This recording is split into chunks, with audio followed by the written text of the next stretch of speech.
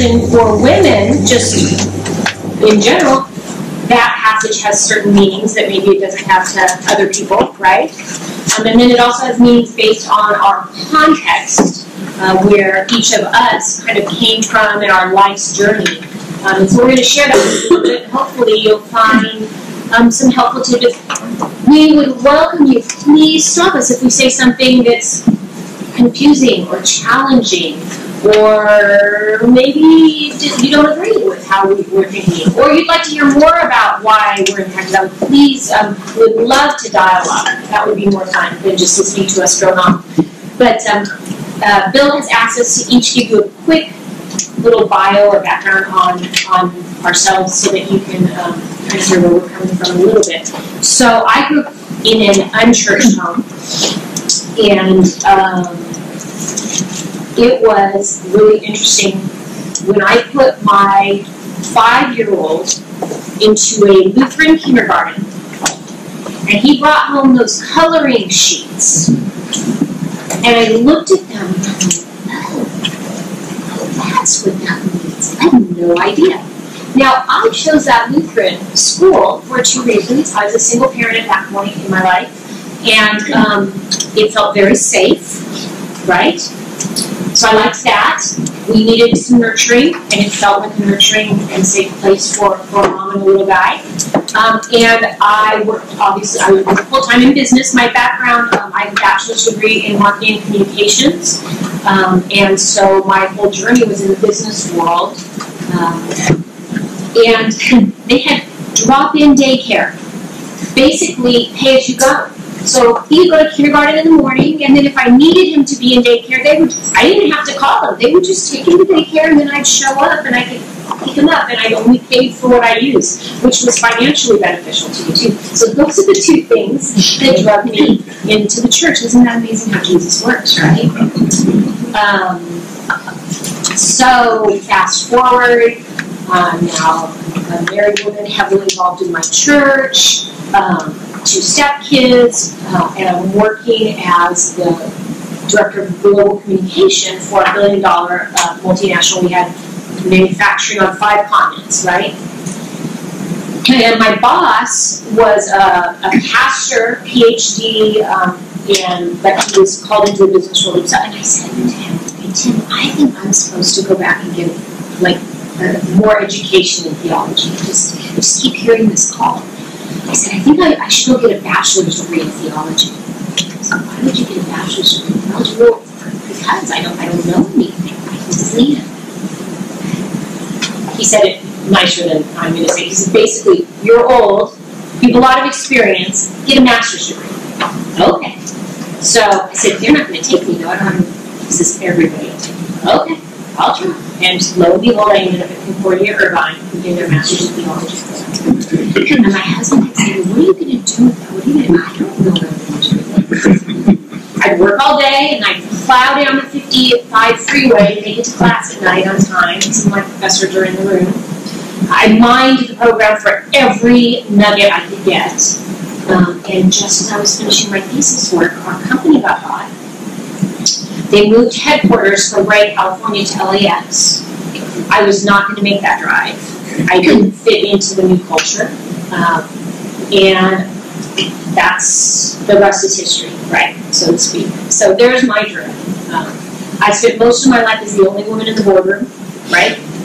So I was sort of that woman at the well, if you will, right? And I was joking with somebody. I said, I was marketing. So the finance guys would just harass. So, Leanne, what you been doing today in marketing? Crayons and coloring books, that's all we do. So there's my journey. You want to go? Sure. Okay. So I'm Inez Franklin. I'm a lead pastor at the chapel at Mariners Church. I was born and raised in Puerto Rico, which, if you know, Puerto Rico is a Commonwealth state of the United States, so we are Americans, but we have a very distinct culture. So Spanish was my first language, and I came to the U.S. when I was 16 years old. Being Latina meant Catholic, and so I grew up going to the Catholic Church, but when we moved to California, That was my escape from the Catholic Church, so I let go of that, and I went off to pursue life and to escape the poverty that I grew up in. That pursuit led me to quite a mess, and it was when I was 40 years old on October 20th, 2002 at 10:15 a.m. that Jim and I walked into a Mariners church full of shame, and I'm just blown away. I'm just blown away. That, to my surprise, it seemed like a pretty good church. I thought, we can do this. Well, that day they were teaching on John chapter 4, the woman at the well. And her story matched my story. So it's really a privilege for me to be with you today and to talk about a passage that's very, very personal to me, and that has a lot of context from my own upbringing, but also in how it spoke to me the very first time I heard it and what it's meant to me. Hi, my name is Stella Yao, and born and grew up in Hong Kong. Came to America when I was 9 years old. Opposite of Leanne, I actually grew up in a Christian home, Hong Kong Senate. My dad was a Hong Kong pastor, Hong Kong Lutheran pastor, as well as a Lutheran principal. And my mom was a Lutheran teacher, and so I grew up in the Lutheran system. Although coming to California, I didn't continue in the Lutheran system. We did go to the Lutheran Church of Holy Spirit in San Francisco, and that's where I grew up. So I've always been in the Lutheran church, part of the LCMS. So my story is that, growing up in the church, it's one thing to learn all the Bible stories. You know it by heart, you know it in the head. But what does it really mean to you, and a personal relationship with Christ really is a personal journey. And for me, I think what's amazing is that I grew up in a spiritual community that's very intentional about the immigrant community. And so the church I grew up in is predominantly Asian American, and they know the struggle of the immigrant, and they're always there for family. I think that to me really lifts out 1 John chapter 4:9, which is God's love lived out among the people, and to me that church really lifted out, and I really experienced Christ in that church community. And then started 2010. The church started going on a lot of different mission trips globally and locally. And since then, I've been going on one every single year in the summer with them. And it wasn't until 2013 that both my husband and I felt the touch of the Holy Spirit to just live life differently. That there's more to life than just being so comfortable going to church. And we're both very involved in church. We loved it. We love the kids. We love the youth that we work with. But it's just so comfortable and easy. And whenever we go on mission, it's such a different picture. It's not what we're used to at the church. And so there was this tug to go for further equipping and training. And so in 2014, God led us here. So we moved from San Francisco to Azusa. And I went to Azusa Pacific for a MA in Pastoral Studies, specifically majoring in church leadership development. And God really opened my eyes to even what mission meant. Not just through my experience from the church in San Francisco, but also through books and through seminary. It's just opened my eyes, and I'm still learning what mission is. And I'm loving that. Like Leanne, I feel like, what am I going to do with that MA when I graduate? It's like, I had no idea. Am I going to move back home? Am I going to stay here? No idea. So it's really God's divine appointment, because my senior pastor, Xiuming Lau in Holy Spirit, has a really good relationship with Link Bay Area. The Link director there is Pastor Aaron Putnam, and he really wanted me to connect with him. I'm like, well, how? I'm in LA. And what I didn't know is that Pastor Aaron actually reached out to Link LA's director, which is Pastor Dominic, and I met with him right before I graduated. And that's really God's divine appointment, because I had no idea what Link does, what Link is, what they do. But a lot of what's close to my heart really resonated with Link's mission and vision. And so when I graduated, I got to have this really wonderful opportunity to work with Link. And my first role, and I'm still in this role right now, is as a mission director with a church in Temple City. First I've been in Temple City, and I'm a mission director there, going on 1.5 years now. And more recently, Dominic and I are working more closely with the churches in LA. And so I'm still learning, and I'm really happy to hear from Bill that you're in a setting that you want to learn and you want to ask questions, because I think resonating with the woman at the well, I don't think growing up as an immigrant, as a minority, as a woman, that people value what I have to say. And so being in this setting, it's an honor, it's a privilege, and I'm really thankful that you do want to learn and you want to learn. All right, let's begin. The woman at the well, according to 3 women.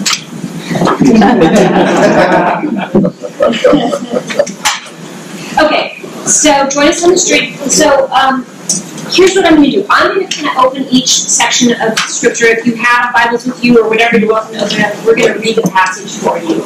But I'm going to kind of open it up with some of my theological sort of contextual insights on it, and then we're going to reach into it a little bit with how we hear those then as just modern day women in our existing settings. Fair enough? So I just want to give you a little bit of background, and maybe this is all old news for most of you, but let's just at least all be on the same page. So, encounter with this Samaritan woman in John chapter 4 is actually the gospel writer's counterpoint to the preceding chapter, which is the encounter with Nicodemus, right? So think about this when I say counterpoint. I want you to compare these two characters, right? So Nicodemus, a man, the Samaritan woman, a woman. Nicodemus is named.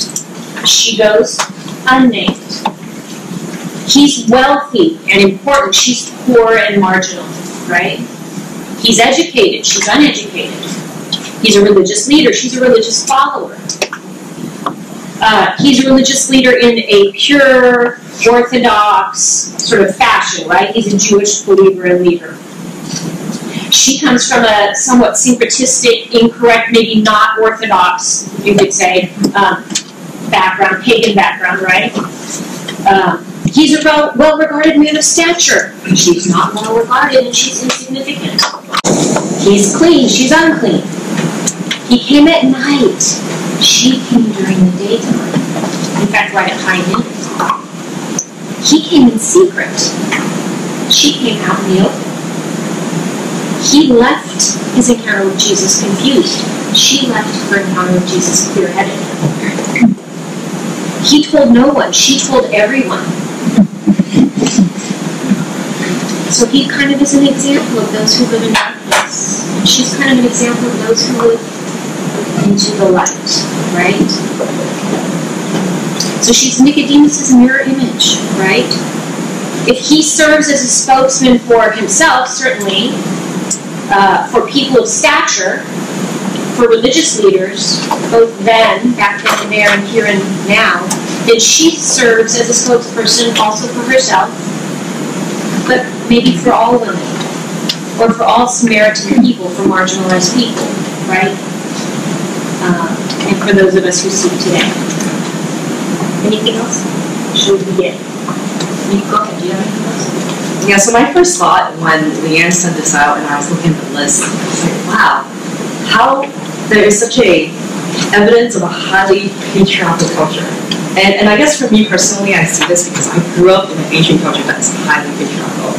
And not only do I know that religion, I live it and experience it because I'm the youngest of 3 siblings. I have an older sister, I have an older brother, and I'm the youngest. So my brother's in the middle. He's a middle child. But growing up, there is no denying that he's much more loved than I, at least in my perspective. So again, a very patriarchal culture, and that's the first thing I noticed when we prepared the list. And it's something that I really experienced firsthand. Yeah, for me, it's the difference between Nicodemus actually coming to Jesus, seeking Jesus, having heard of him, having some preconceived opinions about him, and wanting to examine that further.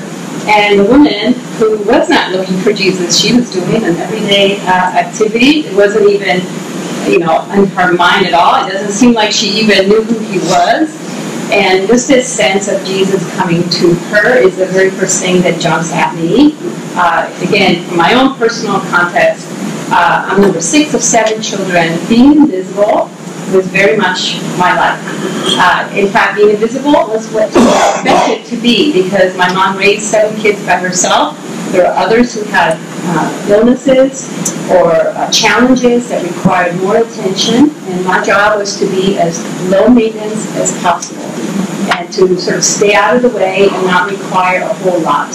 Not even hugs. When I requested hugs, I was needy. And so when I read this story and I had this sense of the invisible one suddenly being visited intentionally, that jumped at me instantly. Right, let's start with John 4, 1 through 6. So the Pharisees heard that Jesus was gaining and baptizing more disciples than John, although in fact it was not Jesus who baptized, but his disciples. When the Lord learned of this, he left Judea and went back once more to Galilee. Now he had to go through Samaria, so he came to a town in Samaria called Sychar, near the plot of ground Jacob had given to his son Joseph. Jacob's well was there, and Jesus, tired as he was from the journey, sat down by the well. It was about an hour.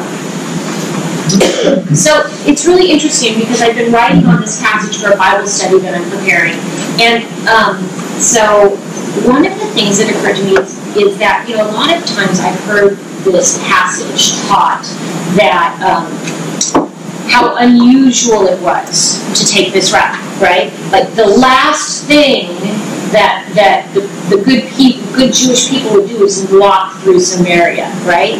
But it appears that may not be entirely true. I mean, we can certainly argue the point, but more than one commentary said that indeed that was the quickest route. So most people really wanted to take the quickest route. It was unusual not to take the quickest route, right?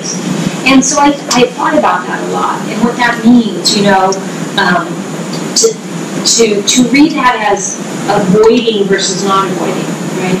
These people. There was a settled attitude of hospitality or of hostility between the Jews and the Samaritans. So a settled attitude. The Samaritans refused to worship in Jerusalem, preferring their own temple built on Mount Gerizim. The Samaritans only recognized the first 5 books of the Old Testament. They seem to have this mutual dislike society. There's a lot of history to that, and maybe some of you already know it, or I can read more. But the 6th hour was a bright, hot, sunny part of the day. It's no wonder Jesus was thirsty, right? He'd been on a long journey.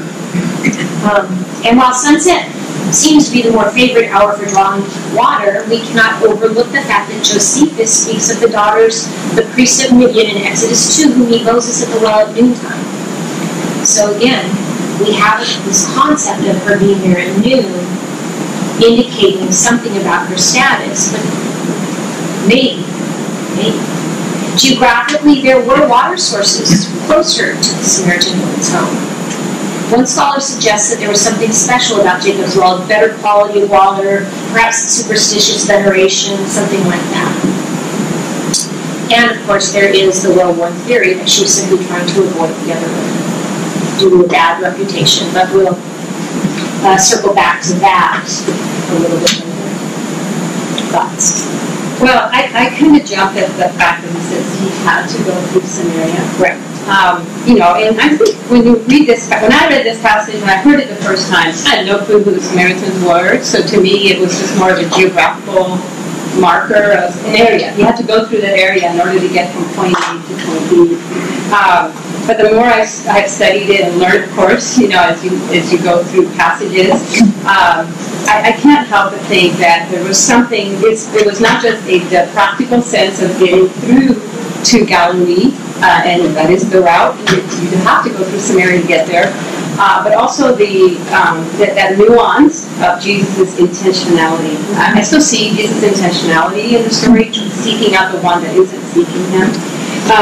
And so it doesn't surprise me that there was a route that was available to the Jews to take to avoid those people. Again, in my own context, I grew up in the mountains of Puerto Rico. People had a name for us, and it was not a very nice name. And you know, we were you know, there's American places and cities that or states that have similar reputations, and you just don't drive through that. You just don't go that way. And you know, you found a way around areas. And our area was the place that you purposely went out of your way, do a little extra to avoid, because those people over there, they'll break into your car, they'll stop you, they'll do stuff to you, you'll see stuff that's awful. And so, to me, it doesn't surprise me that the Jews would have tried to avoid this area, knowing now what I understand about the Samaritans and the rift that was between the Jews and the Samaritans. And I still see Jesus' desire to intentionally meet this woman. I love the picture where it says he sat down by the well. Being a new believer at 40 years old, I was reading the Bible as fast as I could. I felt like I had lost a lot of time and I wanted to catch up with the Bible as fast as possible. So man, I was reading it nonstop. And it jumped at me the fact that 3 patriarchs met their wives at a well. Yes. And Moses came, met his bride at the well at noon. So this to me stuck out. There was something connected to the Old Testament. I became a believer reading Deuteronomy and Exodus. And that's where I saw Jesus. I know it makes no sense, but I did. And that's when I experienced a conversion of my heart. And so I really believe that somehow all of this was tied together, that the Old Testament, New Testament had something to say as one.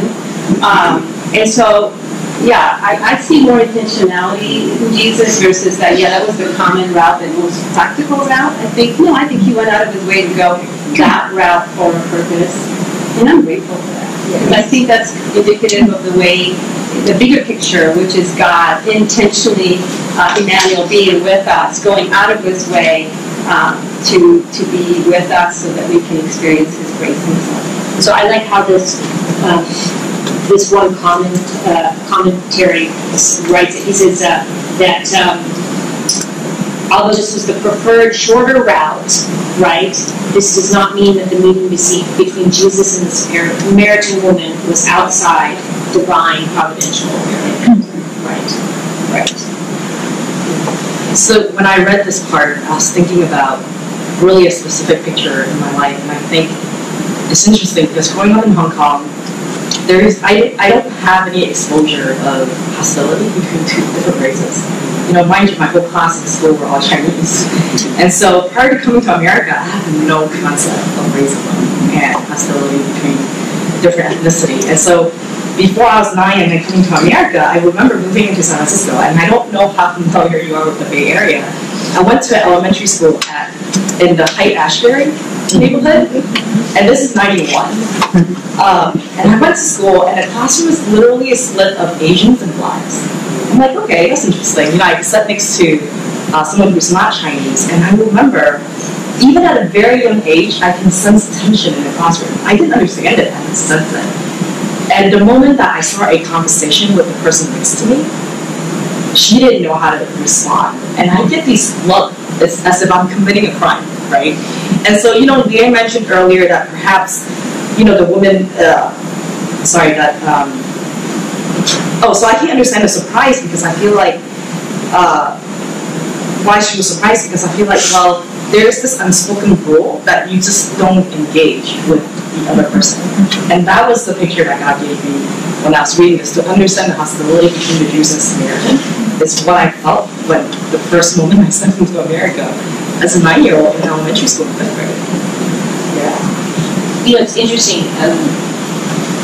For me, one of the places where it just resonates the most with me is in the boardroom. Right? So being the only woman in the boardroom, right? And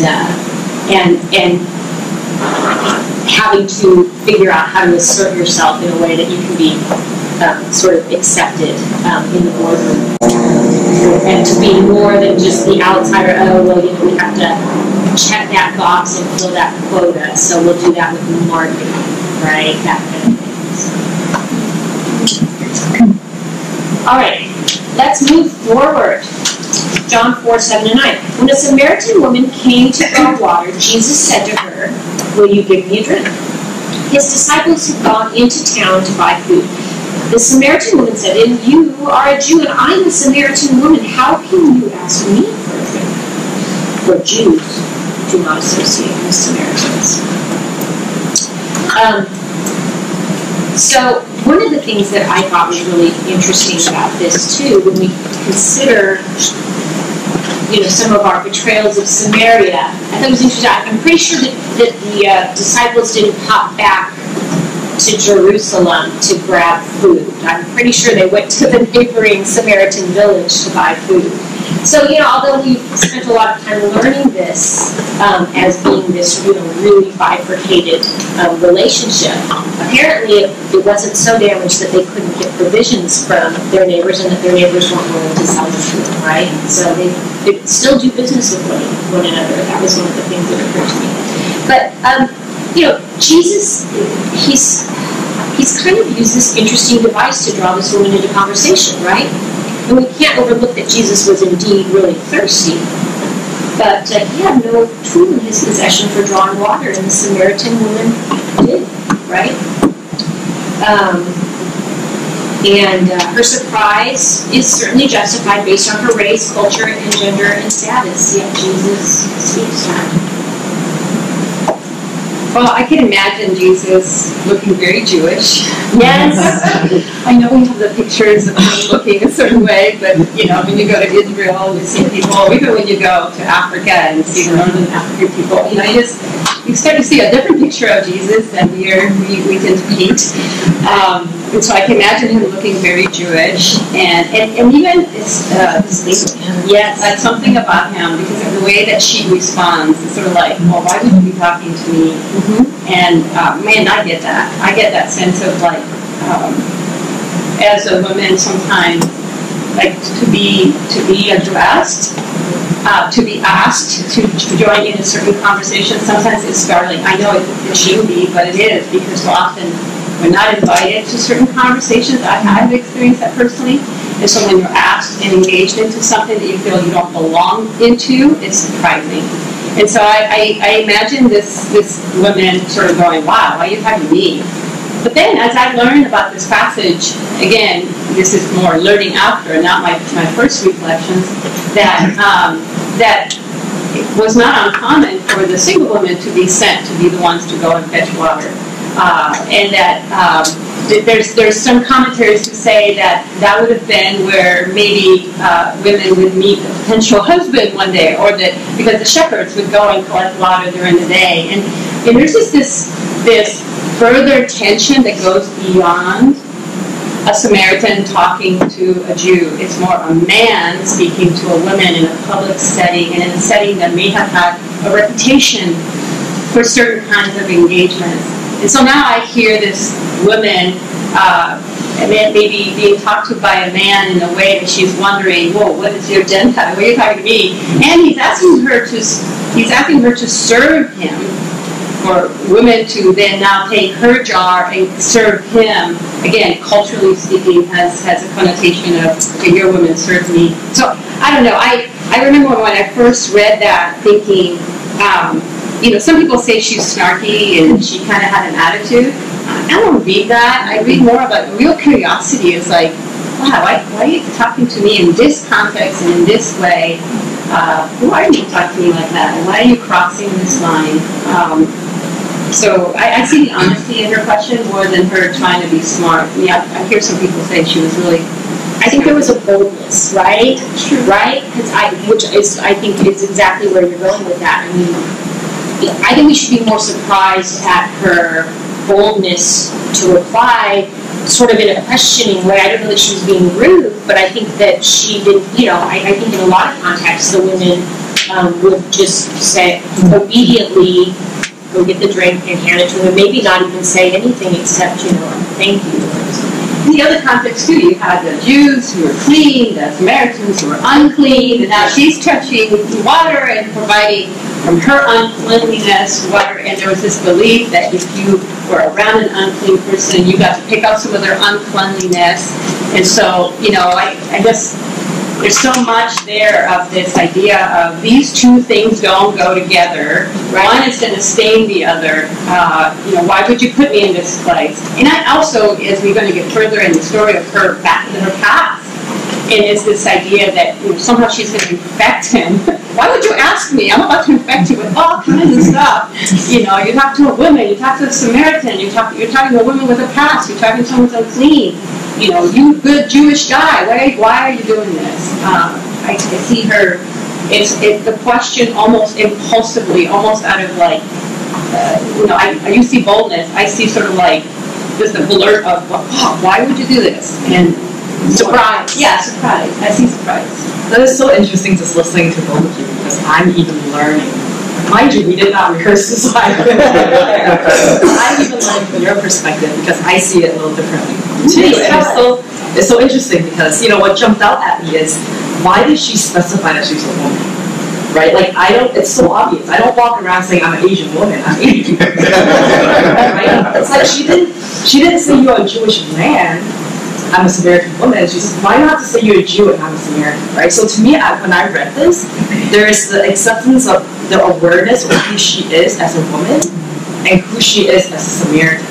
And so there's a social class awareness. So when I looked at I approached it the way she asked the question is out of shock, right? It's out of shock because it reveals that she knows her role as a Samaritan woman and accepted an identity that's really given to her by culture and by society. And she accepted that.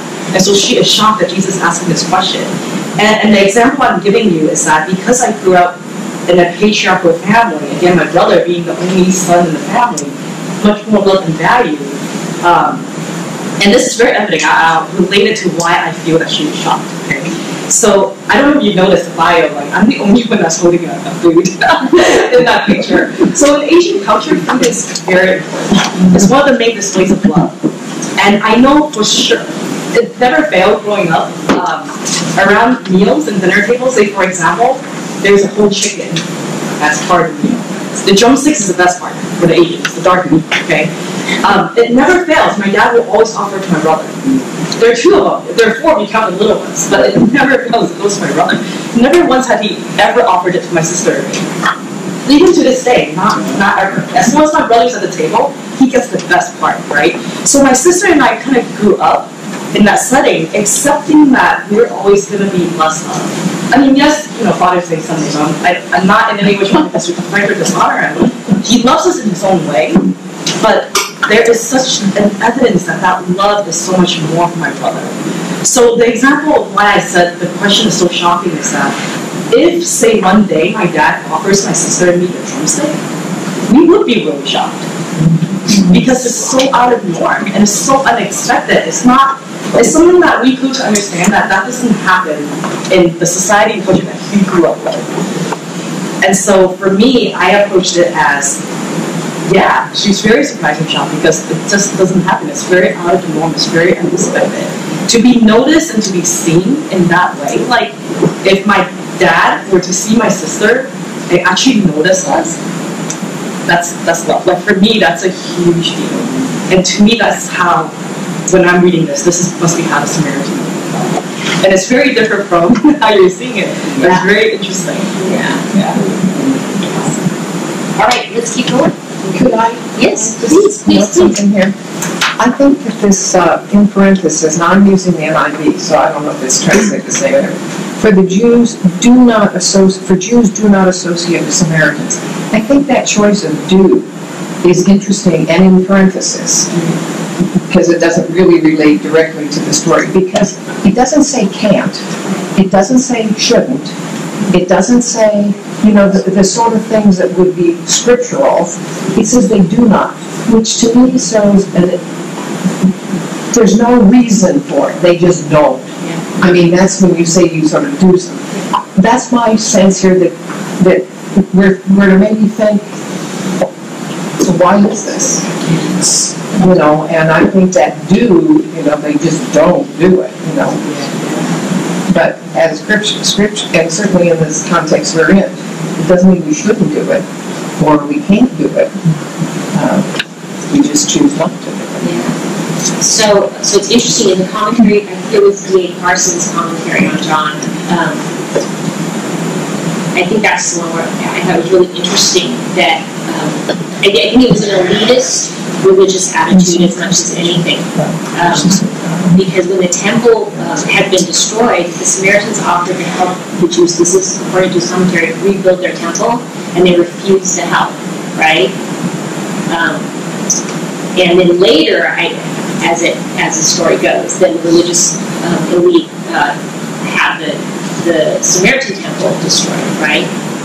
They're not worshiping correctly, right? So you have this definite contention going on there, but it seems to be generated to a great extent because of the behavior of one side as the aggressor and the other one reacting, for sure. But there's always a fear, too, of being inflicted by them. You know, I grew up Catholic. Right. I was taught the Catholics are only on to have it right and do not ever even pick up a Bible from any other, you know, we had Jehovah's Witnesses that came around, we had, you know, they all had, and we were like warned, never ever talk to those people, don't pick up a Bible, don't read it, your mind is going to be polluted, you're gonna get lost in some lie, and yes, I even got told, you will go to hell if you even, you know, there was this fear of, you associate with them, you will be tainted, you will be led astray. So I think there was probably some of that too, because the Samaritans were known as having a different view of the Torah and the scriptures, and so there was a sense that even where they went to worship, we hang out with those people, soon you're going to be doing the stuff they're doing. So I grew up thinking of, because I did not grow up in a religious home, so they were the crazy Christians. Right? They were the crazy Christians. So, all right. Jesus answered her, if you knew the gift of God and who it is that asks you for a drink, you would have asked him, and he would have given you living water. Sir, the woman said, you have nothing to draw with, and the well is deep. Where can you get this living water? Are you greater than our father Jacob, who gave us this well and drank from it himself, as did also his sons and his flocks and herds? So, you know, this is one of the longest, if not the longest, dialogue between Jesus and another person in all of the Gospels. I think that's really interesting, right? Not a guy, but a girl. Not a named person, but an unnamed person, right? I think it's very interesting. And Jesus is entering into very deep theological territory. This is not a lightweight discussion. It's not, right? So I think about, do we have a tendency to judge spiritual and intellectual depth on the surface level, right? Jesus apparently did not, right? Living water. I mean, Jews and Samaritans apparently both use the expression for flowing water, right? In contrast to water entombed in a cistern. Scriptures for both require the use of living water for purification from uncleanness. And Moses had provided living water in the desert, right? So she would have known that first 5 books, right? And her question, are you greater than our father Jacob, implies, I think, one of 2 things. She already suspects the answer, and there's disagreement on both sides of this. One is she already suspects the answer. The second is she's incredulous, as in, like, how could you think you're greater than our patriarch, right? But either way, I think this is remarkable. Who is this woman? I mean, Stella said it, you know. She identifies herself as the lowly Samaritan woman, right? Who is this woman to go toe-to-toe with this Jewish guy, right, who's kind of taking her into deep theological territory? I just think that that's very fascinating to me. I mean, I think she's kind of rising to the occasion.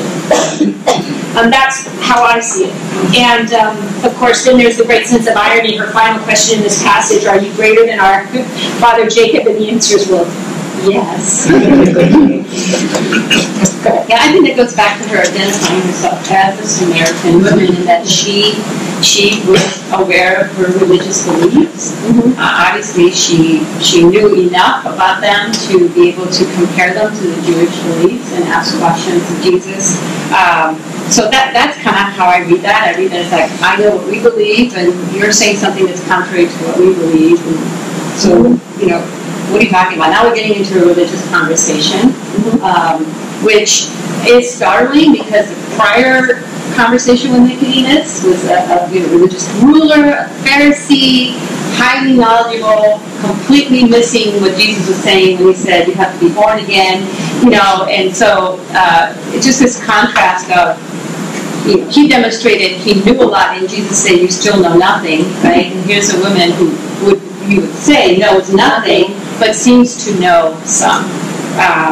And I think that's as far as I would take that. I think it's more of her demonstrating, we're getting to see through John here's a woman who knows her context and knows the difference between her context and the Jewish context. And so it sets her apart from the Nicodemus in that sense. Well, I think there's bravery about her, right?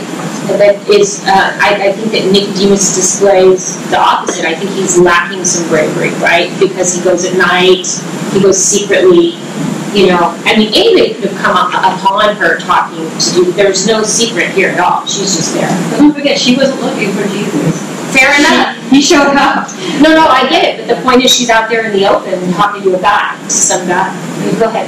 Yeah, and I think, well, for me, when I read this, I also see Jesus making a very intentional choice to break that societal and cultural barriers. You know, he was offering her the living water, not one that she didn't ask for. He just offered it to her. And to me, this Islam has nothing to do with who she is as a Samaritan woman, but who really he is and what he has to offer. So, you know, like the Samaritan, because I grew up with an identity that's lesser of, that, you know, because of the female in the household, I'm always going to get second best at anything. But, you know, I accepted an identity, and she did too. She accepted an identity, not her true identity, right, the lesser of. It's an identity that's given to her by her culture and society, an identity that I grew up with, that was given to by my culture and society that my dad grew up in. And I think, you know, for her, she knows that a woman at that time and space, she knows that she's lower in the social class. She's a mixed breed. She's queer, because of her lifestyle. So everything about the Samaritan woman spells otherness, less than, insignificant, stranger. And it's not even by her own choosing. So to me, that Jesus' intention is so important because of that intentional choice to break that barrier, to show her that, hey, you know, this identity, that's not you. You know, to be seen again, to be seen, to be noticed, to me, that's what really comes out to me when he asks that question. Because again, she didn't ask for it. He just offered it to her. Yeah? Yeah. I mean, each of you know who you are and what you believe. Okay, I mean, that's obvious.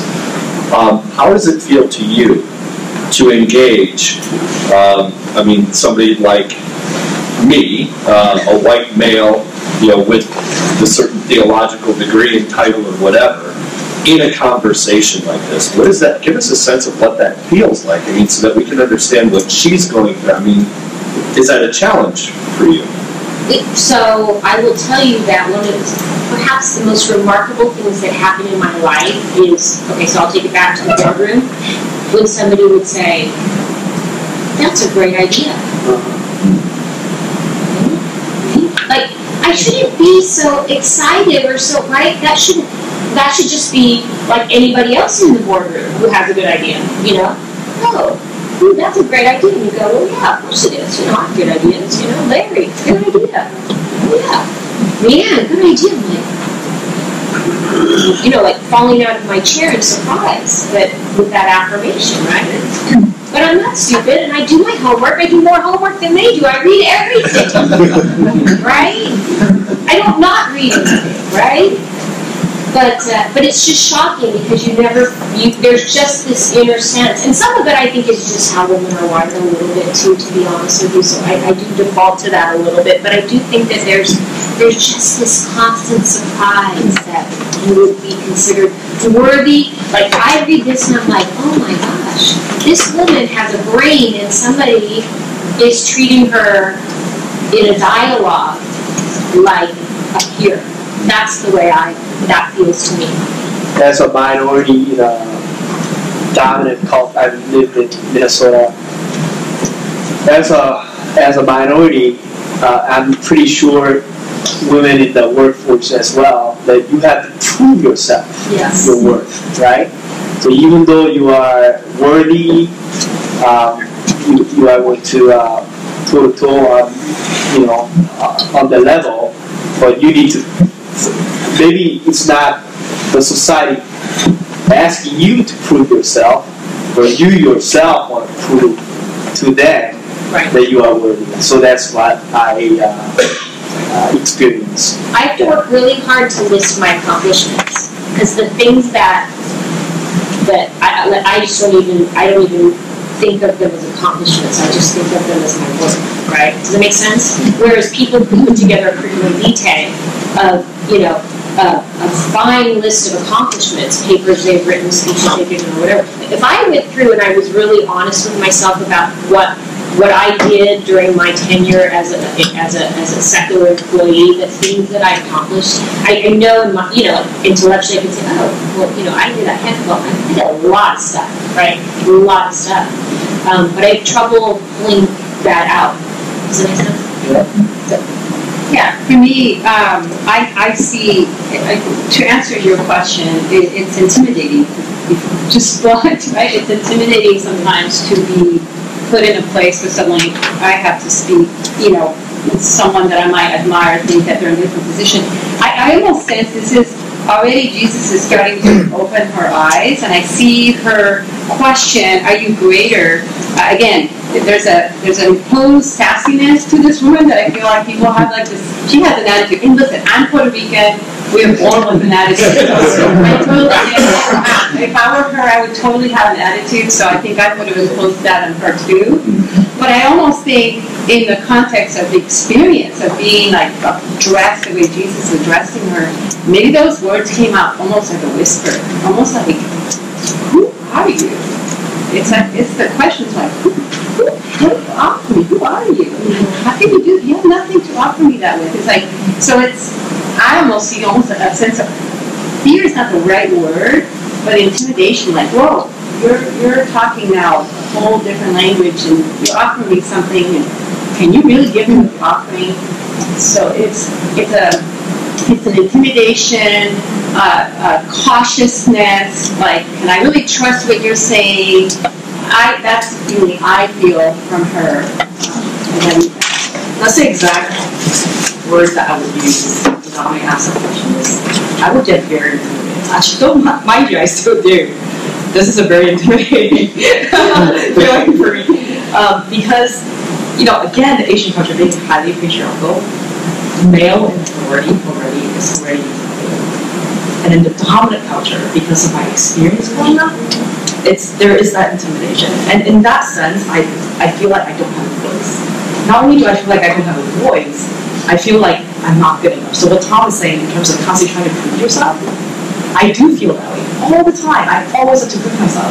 But being a good Christian, I also feel like you have to be humble about it. Like, I can't list that I have all these accomplishments because I'm a Christian. You need to be humble. And so, like, between balancing humility and needing to prove myself, I lose my voice in that intimidation. Is that, well, I don't have much to add. I don't have much value to add to that. I doubt myself, and that whole lack of worth and confidence all creep up. And that's where God really works my identity daily, right? Anybody else can do what I do. I'm not doing anything special. Exactly.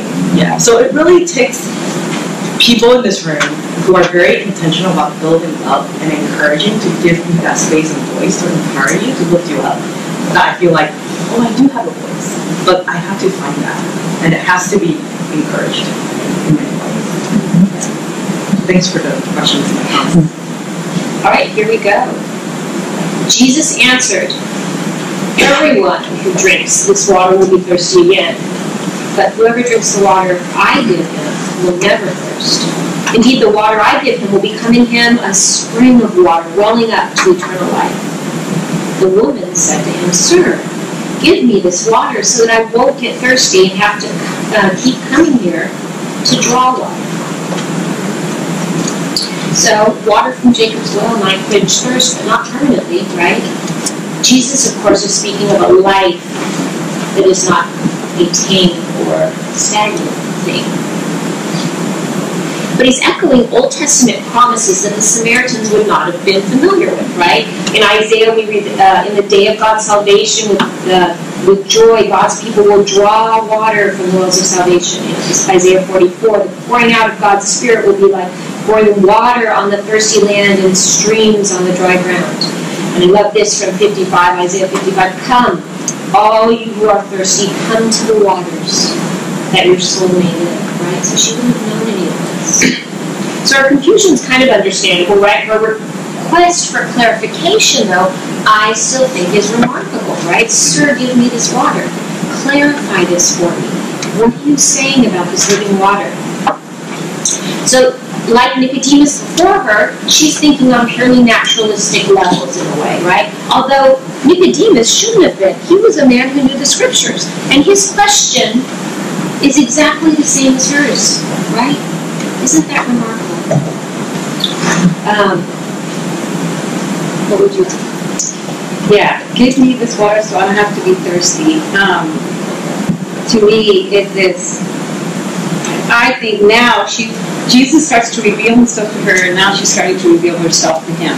That's how I see. I see her opening up like her need and going, yes, I have that need. I want to give me what I need so that I don't have to have this need anymore. And I think in context of where it's going, the conversation is going next, the sort of opening of God's heart, opening of the woman's heart, representing all of us, and that meeting place where then now we get to do some real work. So when I read that, I do see her lack of understanding, but that's the beauty of the whole story, is that we come to Jesus knowing so little, really, right? God reveals himself to us. He is so beyond our understanding. We receive him with this limited understanding, and yet he embraces us and gives us more. So I see this very theological more than in the context of the story. I see, and I think that's what he does. He rises the plane up to a more theological level, because he's talking about this living water that you won't thirst again, it's eternal, and now we're getting into theology and an offering that's beyond the carnal, but she's still down here on earth, and I just think he's pulling her up. He's pulling her down. Yeah, I'm reaching down, pulling her up. He's taking this woman on a journey, and she's up for the challenge, right? She's willing. She's saying yes, she's willing. He's taking her. I also see Jesus revealing himself. That's the first thing I did note here. And really sharing the good news with her. But I think what I also see in addition to that is, to me, her response seems somewhat childlike, that childlike faith. Because she didn't question his response. And she wasn't skeptical about it. Like, where's this water coming from? But instead she's asking for what he is actually offering. She's asking for it. She didn't question. She wasn't skeptical. She was asking for it. So perhaps there is a desire the reason why she wants it is the desire to not have to keep going back to the well. Yeah. But then I also get it, because who wants to be constantly reminded of being different and being an outcast and being reminded of that false identity, right? So again, going back to my experience of elementary school, where it's half blacks and half Asians, I remember at the end of the school day, I would jump on that yellow school bus because I didn't want to be in that tension anymore. So like if someone were to offer me a way to teleport from home in school, I would jump at that chance too, because I want to avoid that space. So I can see why she wanted that. Yeah, can I not have to come back here anymore? Exactly. Yeah. Go ahead. So still, especially you're talking, it made me realize there's another woman in the scripture who just receives, that was Mary. Mm-hmm. You see the contrast between her story and Zechariah's story. Yes. It's very similar in that regards too. Right, absolutely. Okay, so now we get to the really contentious part. He told her, go and call your husband and come back. I have no husband, she replied. Jesus said to her, you are right when you say you have no husband. The fact is you had 5 husbands, and the man you now have is not your husband. What you've just said is quite true. Sir, the woman said, I can see that you are a prophet. Our fathers worshipped on this mountain, but you Jews claim that the place where we must worship is in Jerusalem. So Jesus shocks her with such knowledge of her affairs that she's kind of startled into this recognition that he's even more than he seems, right? Maybe he's a good teacher, right? A good Jew, but there's something more to this guy, because he knows something about her that there's no way he should have known. It reminds me a lot of the encounter that we have, well, 2 encounters actually. The first one it reminds me of is the encounter that Nathaniel has in John 1 when we're calling the disciples, right? He's sitting under the tree and he kind of snarkily says, can anything good come from from Galilee, right? From Nazareth, right? Can anything good come from there? And then Jesus comes up to him and basically calls him out, right? I saw you when you were sitting under that tree. Wait, what? You heard me, right? You know about me, right? And Nathanael declared, Rabbi, you are the Son of God, you are King of Israel, right? So he knew something uncomfortable about Nathanael, but apparently there's something about the way that Jesus imparts that information that's welcoming. Like, I know you, I know your heart, right?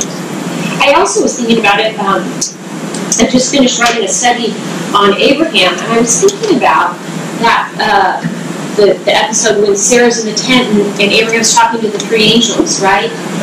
And they tell Abraham, your wife's going to have a child a year from now. She's 89, for heaven's sakes, right?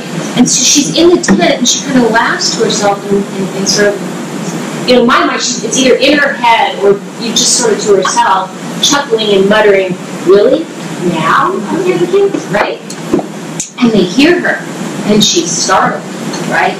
And so I don't, a lot of times we read this passage and we talk about, this being sort of a scolding, and I don't know at all that that's what it is. In fact,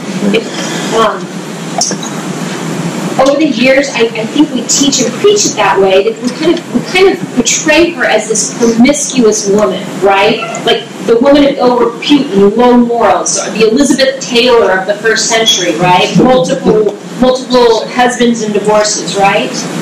But the problem, I think, with that perspective is that the female had no power in that day and age. She couldn't choose who to marry. She had no legal right to divorce, and unlike Elizabeth Taylor, she had no earning power, right? Females couldn't get jobs other than in a brothel. In order to survive, they had to be connected to a male head of household, either as a wife, a concubine, a daughter, a slave, right? Girls were married off very young, by 13 or 14, right? And generally to older men, so that a woman could have become widowed more than once by age 20 was not unusual. So I think about the Old Testament story of Ruth and Boaz, for example. What was going on there? Naomi had lost her husband and all of her sons. She had to go back to her village to find a family member to attach to, right? She couldn't survive as an independent woman. Neither could Ruth, right? Marriage was part of the property section in the corpus of law that governed the ancient world. Women were property. Here's an interesting thing, too. Roman law required that women remarried by 12 months after the death of the husband, because the family was the incubator of society, where you get new soldiers and new citizens from, if not from the marital duties of a wife, right? Rabbinic law, on the other hand, allowed for 2, maybe 3 more marriages, but no more. So you've got sort of this contentious thing going on there. So that this Samaritan woman could have experienced the pain, loss, and rejection that would cause her to be the property of a sixth man is culturally possible. And we really don't know why she's in that position. Did a couple of husbands die? Did somebody trade her in for a younger model? Did she fail to provide a baby boy? Of course, we know it took us until, the 20th century to figure out it was actually the man who determined the sex of the child, right? I don't know, was she a poor housekeeper? Or, I wonder, in thinking about her boldness with Jesus, her intellect, her boldness, was that just an unwelcomed feature? Right? So who knows? But what is not likely is that this woman was promiscuous. Think about the woman caught in adultery in John 8, right? Or think about the risk to marry the mother of Jesus when they found out she was pregnant, right? Women couldn't just do that. Not easily anyway, right? So, let's see, what else did I write here? That said, she would not have been well thought of, right? For anybody, 5 marriages, even in England, for that reasons, is it a curse on her? Is it, she would have been blamed for the situation, right? So that she would maybe feel ostracized or less than, and be treated that way would not be unusual. I just think we need to reach into this in a more holistic way, right? So, you know, people might have thought she was cursed or lazy or stupid or ugly or, you know, something. But her story is tragic, and Jesus meets her right there in her tragedy, at the well, in her difficulties, right? And he speaks with her. And it works, and she realizes he's no ordinary man. And she rips it wide open, right, with the controversy about where to worship. I mean, she rips this thing wide open. That's the question she asks, the contentious question. Let me open there. Go ahead. Okay, this is my part of the story, because, again, the first time I heard the story, I came to Mariners Church, having had 2 divorces, and currently was in an affair with him. And so I heard that part of the story, and I thought, wow, Jesus would talk to a woman like that. And as I have learned more about this story, I'm reminded so much about the traditional way of culture. So again, I grew up in Puerto Rico, and although it's, you know, Americans, we have a traditional context. I remember working in a law firm in Los Angeles and feeling like I was 65 years old even though I was 18, because I seemed to connect better with the prior generation, and I think it's because our culture is more traditional than the individualistic culture of America. So I grew up in the middle of mountains, and as you knew everybody, everybody knew you. And to the point when I was in 8th grade, I dated a young boy. His name was Eddie. Eddie gave me his black handkerchief drenched in his perfume, and I would sit there and smell it all the time. And he would walk me to the bus stop every day after school. We had to cross the street, so he would hold my hand to the bus stop.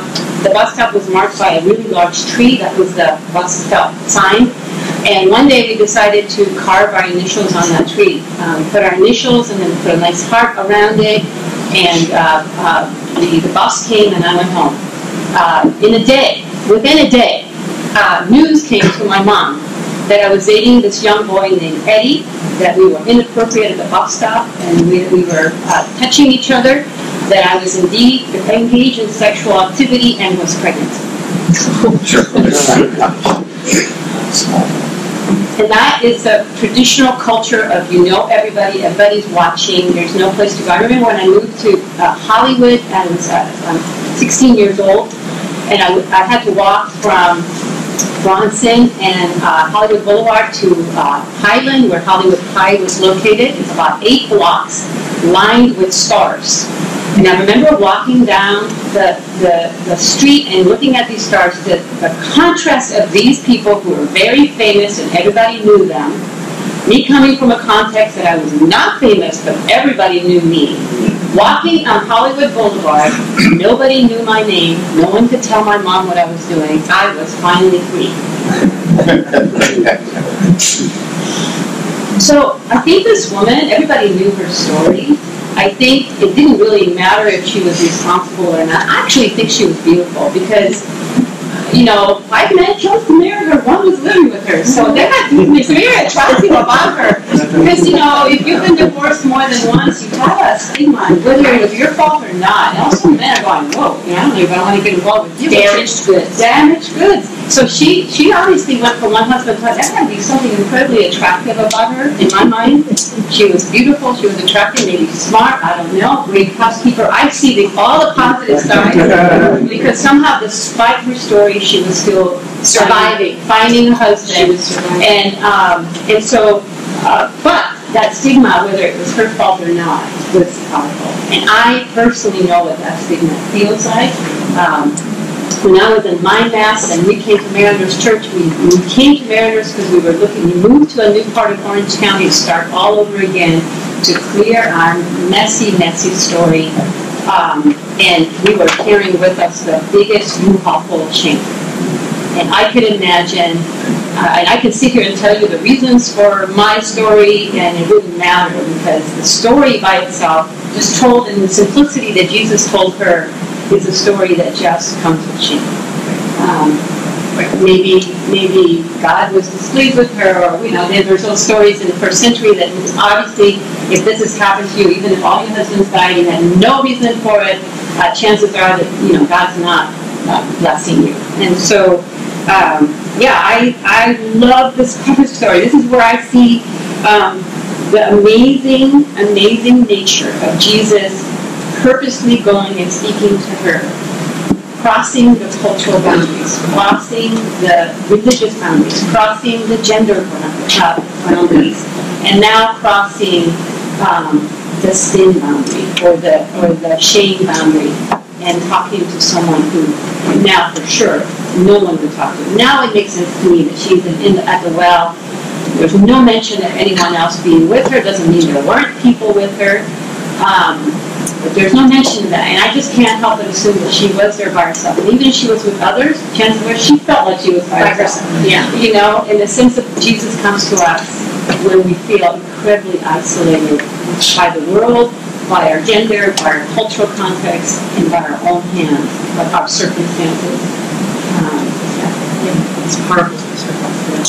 So growing up in Lutheran Church in Missouri since I was 9, I have to say my perspective in this text is actually quite bastardized.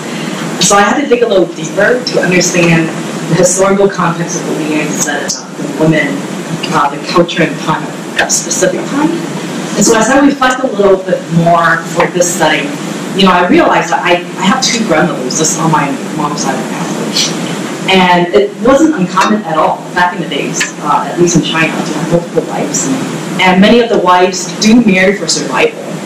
And so I remember one of my eldest aunts, she lives in San Francisco, she would tell me a story of not just women in her generation, but women even prior to her generations, that they don't get to marry out of love. They really marry out of necessity of having children for farming and to pass on their family lineage. That's it. And so, perhaps like my grandmothers and the many women in generations prior, living in a patriarchal culture, women never was given a chance to thrive and survive on their own. They really need, to them, that's their life, that's their reality. To survive, they have to attach themselves to another male, and more often than not, there's more than one woman attached to that male, especially with China's one-child policy, right? Like now they're in trouble because there are all these kids and we're getting married. But yeah.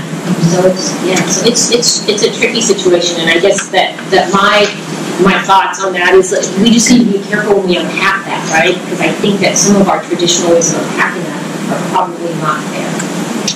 So I'm going to skip forward to John 4:27. And we're just going to kind of wrap this up a little bit. Just then his disciples returned and were surprised to find him talking with a woman. But no one asked, "What do you want?" or "Why are you talking to her?" Then leaving her water jar, the woman went back to the town and said to the people, "Come and see a man who told me everything I ever did. Could this be the Christ?" They came out of the town and made their way toward him. Many of the Samaritans from the town believed in him because of the woman's testimony. "He told me everything I ever did." So when the Samaritans came to him, they urged him to stay with them, and he stayed 2 days. So she bore such an effective testimony that people went out of the village to see her. Come and see, right? The woman had come to the well to obtain water, right? Jesus had made such an impression on her that she left her water pot behind, right? In her eagerness to enjoy the new and living water, she abandoned the old perishable water jar. In my mind, I was thinking she'd sort of let go of that baggage. She'd let go of the old wine skins, and she went off, right, into her new life that Jesus had offered her, right? It's interesting to me how many biblical characters had walked away from an encounter with Jesus saddened and confused. And she was nothing but clear-headed, right? She became, I think, the first evangelist, at least that I can think of, reported to the Samaritan community, right? And so he took advantage of Jesus, took advantage, I mean this in a very positive way, her mind and her boldness. I mean, that's what makes me feel like I see a bold woman here in her dialogue with Jesus. This woman, she, whatever her feelings of shame and isolation, they weren't so much so that she was afraid to go out and tell everybody about this remarkable new life, this remarkable new person that she encountered. Well, a life change is a force. When you meet someone who feels like they're at the bottom, and they're given a hand out of that place, you know, they're just babbling about all the good news. You meet a new believer, and then you just can't slow them down. You can't calm them down. I see this woman receiving this grace and just can't help to talk about it. Can't help to say, look what I experienced. I love how she says twice, she told me everything I ever did, which I think goes back to that discussion is like, was she somewhat guilty or some of her circumstances? Did she have some part to play in it? You know, I don't know. I read in the commentary that some manuscripts don't include that part. It says she told me everything and it ends there, but most manuscripts include I ever did, which means I think that there's a sense of her own ownership of perhaps her circumstances. And then the receiving of grace and then being willing to share it. For my personal story, I feel like it took me a long time to let go of the shame and receive grace. I became a believer in the Old Testament, which means it took a long time finally to read the New Testament and read about Jesus and the grace He offered me. It took me a long time to receive that, and then it took me a long time to let go of shame. Probably almost about 7 years of just walking with Jesus and understanding grace and receiving grace. But man, once I got grace, I couldn't help but tell people. I can't help but tell my story, tell my testimony, because it's so black and white to me. How God can take a person like me who had a very messy story, who had really, no good reason to receive grace, and I received grace, and He's transformed my life, and I can't help but tell people. And I think that is infectious. I think when that woman went back and told people, I talked to a Jew, he talked to me, a woman at the well over there, where normally women don't talk to guys unless, and he told me my story, and he told me about this living water. I mean, I bet you they couldn't shut her up. Yep. And maybe they just came out, something happened to her, and we have to go find out what this is, who this is, and we got to figure this out. I remember when I first read the lines where it says, now we believe because we've seen Him, not just because of your testimony. As a new believer, I used to think, her testimony has no power anymore. I used to think that, but then I realized, no, her testimony led them to really see and know Jesus, and that's salvation for them. We have to be careful not to make our testimonies the salvation. Our testimony is a way to people to find and see and experience Jesus for themselves. We're messengers. We're just a messenger, yeah. And I love that the passage continues into that. It doesn't stop with, wow, she's a rock star now. She's just one more of us joining in the journey of telling others about Jesus and being a witness. Perfect. I think that's the reassurance and the beauty of the gospel, right? It's that this whole story is very evident that Jesus is using what society calls very insignificant to do a very significant task. I mean, this is the Great Commission, right? We're in the Great Commission Summit. This is a beautiful picture of the Great Commission lived out. Jesus didn't even ask her to go. Yeah, Jesus went. Jesus went, and I think, to me, that's how impactful and powerful the experience of Christ is. That totally freed her from all the bondage, so that she can go and freely share. Because it doesn't matter what society calls her anymore, it matters who God is. And so you just want to let that out. And to me, that's very reassuring, because, coming from that culture is like, oh, God wants to use me. That's amazing. Let's just go. God can even use me. And it's interesting, too, I think we need to wrap this up for you guys so we can move on, but, who are the greatest influencers in generally speaking, I think, in lives? And it's people that are members of your family or members of your community, right? Those are the biggest influencers. Because you know their life, and when there's a life change, right? She let her light shine. She encountered Jesus, right? the light of the world, and then she let her light shine. She came to him in the daylight. She encountered the light of the world, and she went off beaming, right? And I think that's what happens. She like a rock singing, Jesus says, if you don't worship, they don't worship, the rocks are going to start to worship. Yeah, there she was. She was a rock worshiping.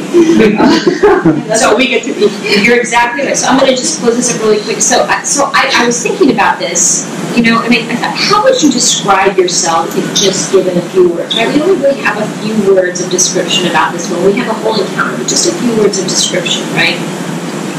I suppose if somebody asked you, you might mention your education or your vocation, perhaps where you're from or what you do in your spare time, and a stranger, we're strangers to this woman, armed with scant informations, as we humans are wont to do, would assess your life and think, I've got a pretty good idea what that guy's all about, right?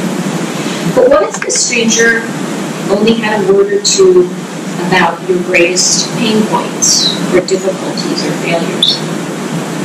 Like the predictive feature on your Google search, humans are programmed to fill in the rest of the story, whether it's true or not, as we do with the Samaritan woman much of the time, right? For the Lord sees not as a man sees, but man looks on the outward appearance, but the Lord looks on the heart. So my uncle was on top of the world. He was a successful doctor with a big house, an elite brand name automobile. His chandelier, he once bragged, cost more than the price of his parents' first home.